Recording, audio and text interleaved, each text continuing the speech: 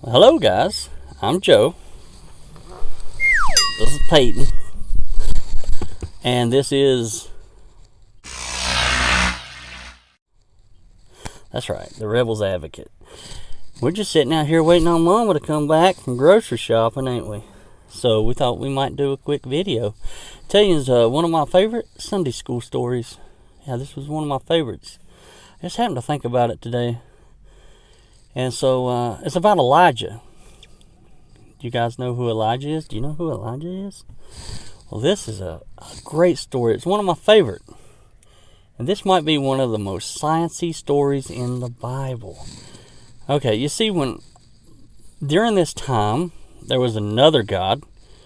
Not, the good God. There was a bad God. And his name was Baal.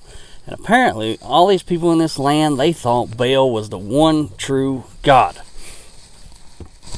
And Elijah one day decided he was going to prove them all wrong. So Elijah showed up, and apparently they had been looking for Elijah for a while. They was probably going to kill him. But Elijah showed up, and he went to Ahab, the king, and he's like, hey, I got a plan. Get all the prophets of Baal together in this one place, and I got a proposition.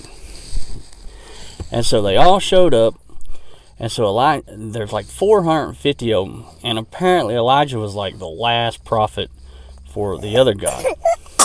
Oh no, that. So, and one of the things I like if I have to say one thing I do like about Baal, at least he has a clear name. Like, we know exactly who he is, right? It's like Baal. I mean, he's a god, but his name is Baal. You want a toy? Yeah. Whereas God, he was referred to in this story as the Lord God, which is just, isn't the Lord just another name for God? Like, the Bible had a really hard time deciding what they was going to call God. They just called him God. He's a God. It's like calling your dog. Nobody can really tell you. They can't settle on a name. Is it Yahweh? Is it Jehovah? What is it? What do you think it is? Just God? Okay. So, anyway, it's God against Baal God. And so, Elijah gets them all there, and he's like, hey, here's my plan. We are going to build 2 altars. You guys will build an altar, I'll build an altar. And then, you want them? There. Boom. You got them. What are you going to do? Chew on them? And so he's like, I'm going to build an altar. Y'all build an altar. And we're going to put a bull on the altar, cut it up, put it on top of the altar. And then what we're going to do, we're not going to set fire to it. Because that's how they sacrificed, right? To appease their gods. It's like, we're not going to set fire to it, but what we'll do is we will pray. Each one of us will pray to our gods. And the first god to send fire down from the heavens, apparently both gods live up in the same place, we'll know that that's the one true God. And they're like, dang, Elijah, that's actually a pretty good... Oh, you are going to break those. You're going to break those. We just play with this. Well, yeah. There's like, Elijah, that's actually a pretty good idea. Like, let's go for it. This will definitely settle the argument. And that right there tells me that apparently these people truly believed. Like, there's only 2 possibilities if this, let's assume this story was true. I don't believe this story is true, but assuming this story is true, that can only mean one of 2 things. Either A, these prophets of Baal, they truly believed that Baal was the one true God. Right? They at least believed he was powerful enough to send fire down from the heavens. They either believed that, or they didn't believe that he was powerful enough to do that. They didn't think he would really, send fire down. But they also didn't believe in this other God, God. They didn't believe in him either. And so that's like, worst case scenario is a draw. Nobody gets fired. And it just... By the way, they were willing to pray for this all day long. So it kind of sounds like they actually believed in their God, Baal. The God who has a a very solid name. And we always know who he is. So they built their altar. And this was in the morning. And Elijah's like, you guys go first since there's so many of you. So they built their altar. They cut up their bull and they put it on the wood. And they started to pray. They started to pray that God would send down fire and burn up, their sacrifice. Or that Baal would do that. And so they began to pray and pray and pray. And guess what happened?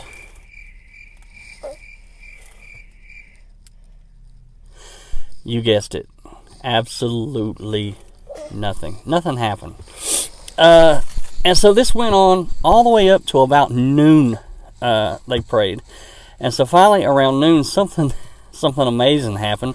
Elijah, the last great prophet of God at the time, he started making fun of them. Yeah, and you can read this in the Bible. I think it's 1 Kings chapter 18. If you think I'm joking, he started making fun of them. He started taunting them. He's like, maybe your God's busy. Maybe he went out to eat. Maybe he's at McDonald's, or maybe he's at Walmart. Maybe you should pray a little louder. Maybe he can't hear you.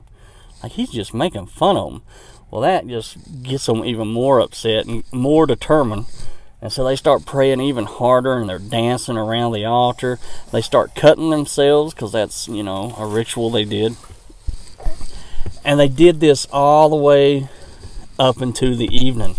And nothing happened. And I imagine they're wore out by this time.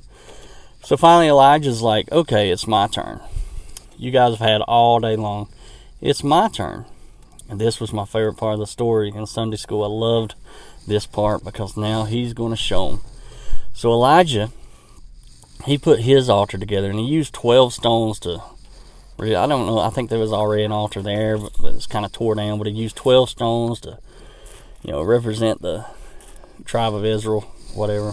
And so he puts those, all those stones together, and he lays the wood up on the altar, and he cuts his bull up and puts on the wood, and then he digs a trench all the way around his altar. I'm sure everybody was just like, what's the deal with this?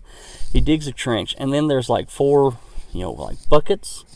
And so he tells some of them, he's like, take these buckets and go fill them up with water.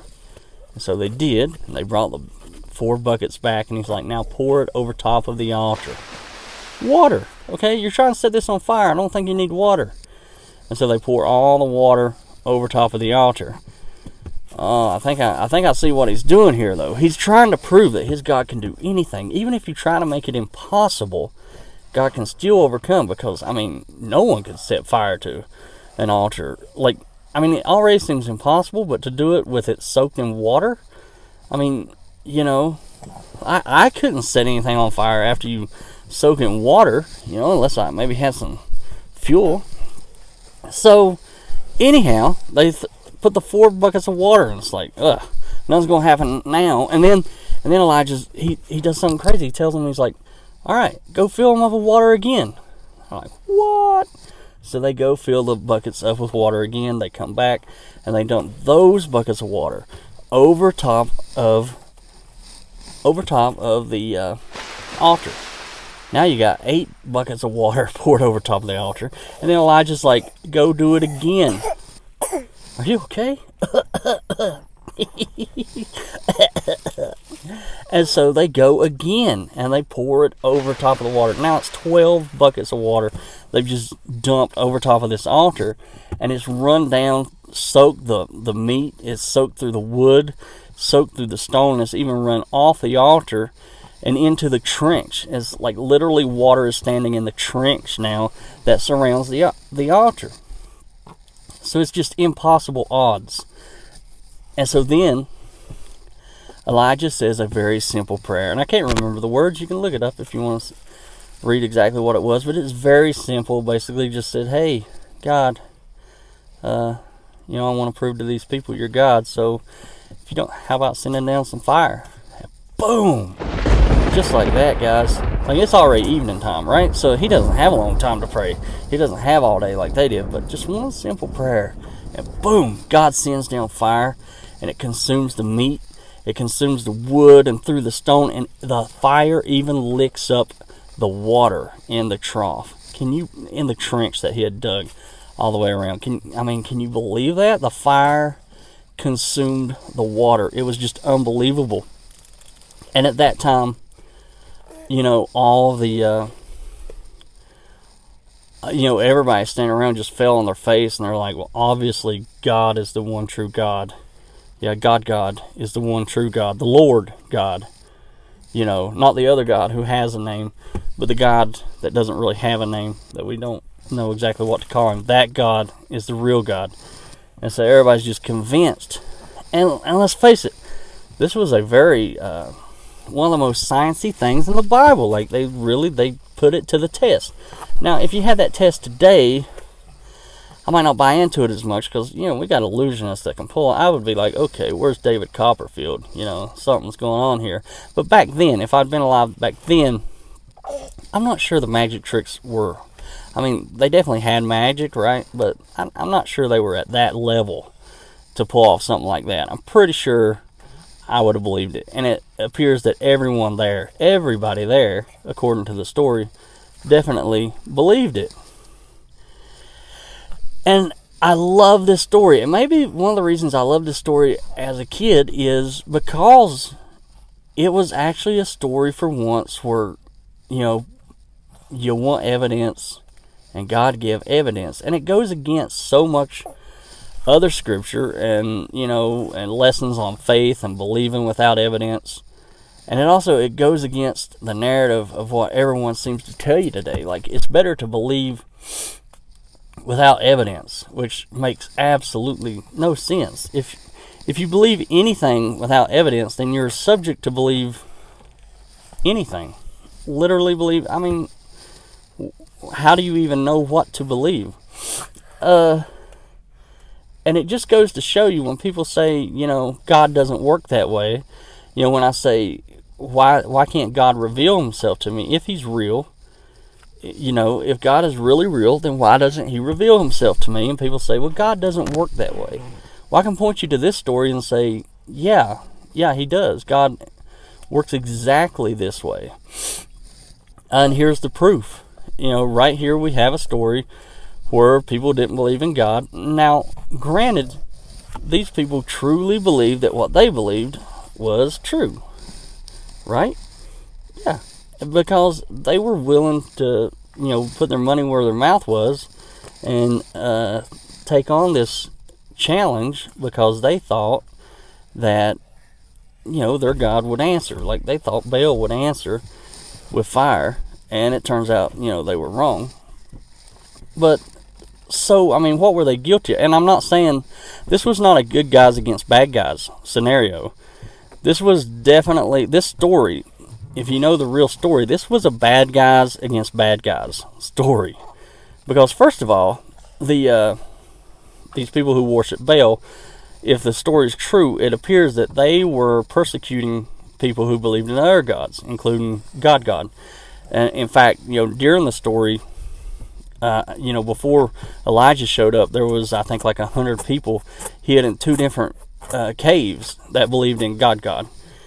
And I guess because the believers of Baal, the prophets of Baal, would have probably put them to death because they believed in the wrong God.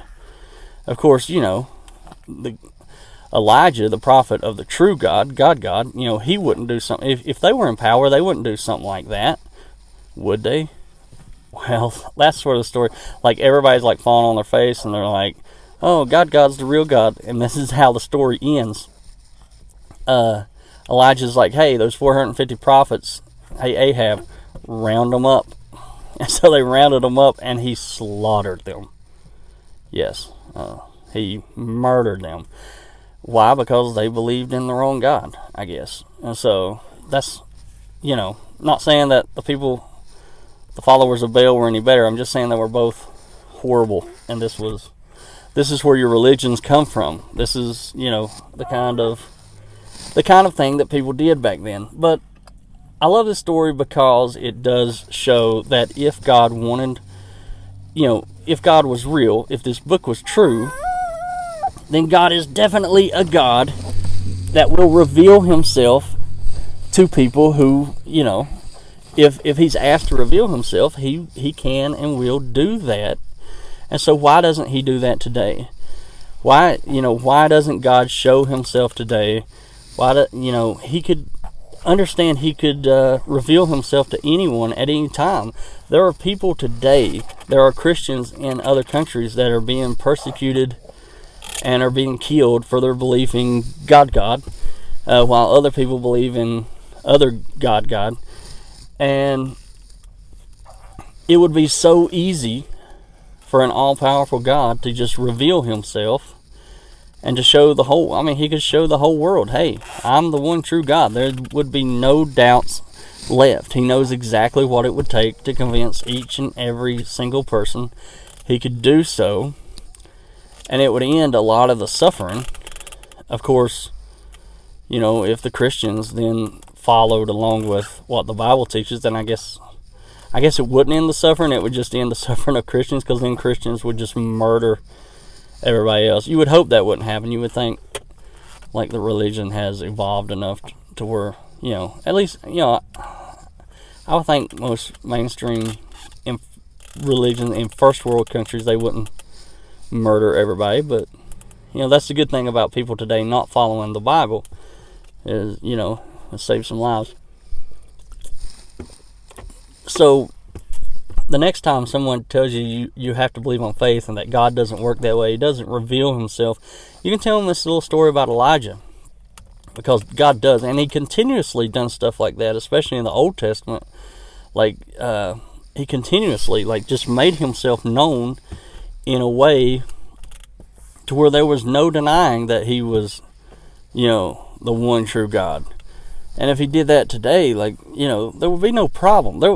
How could there be atheists if God was revealing himself the way he does? And a lot of people claim that God reveals himself to them, and I think I'm going to do a separate video on that, because I may do the next video talking about that, of people who claim to know God exists, which is BS. You can't know God exists, and I'll talk about that. I think that'll be a separate issue. But just know that God could reveal himself. This faith is belief without evidence. And some people will argue about that and say, well, no, that's not what faith is. But it is what faith is. If there was evidence, you wouldn't need faith. You would know. Yes, you got to believe, based on nothing, really. A feeling. You believe based on a feeling. You feel it in your heart. And most of us know you don't even have feelings in your heart. You have feelings in here. They're called thoughts. God could reveal himself. I could ask God right now, hey, God, send fire down from heaven into my back seat. Right now, I don't even care if it ruins my car. At least I would know, without a doubt, that you're real. And I could, it would kind of maybe even speak to, who knows, probably if something like that were to happen, this video would go viral, and, it would speak to millions of people. God could do that simply. Or, send a guardian angel to swoop my baby out of my arms and then set me on fire. Even if it kills me, at least it would prove you were real to the rest of the world. So I'll be willing to take the bullet, God, But that's not going to happen, because he's not up there. Sorry. But anywho, that's just my thoughts about God. And that is, if that story were true, that's proof that God exists. That is undeniable proof that God exists, that was given to people before us.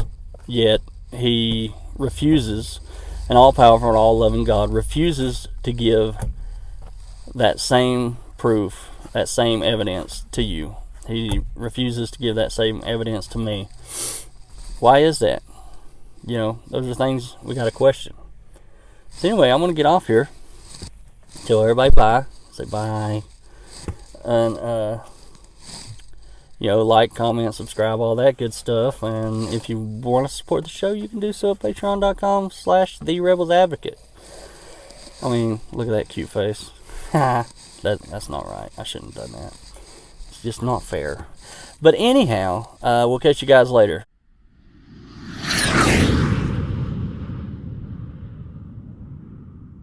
And I guess next video, if nothing changes, we will talk about. We're going to talk about, knowing that God exists and how you can't know that God exists. You can't know that God doesn't exist. But you can't know that He exists, even though people say you can. Anyway, guys, goodbye. We'll talk to you later.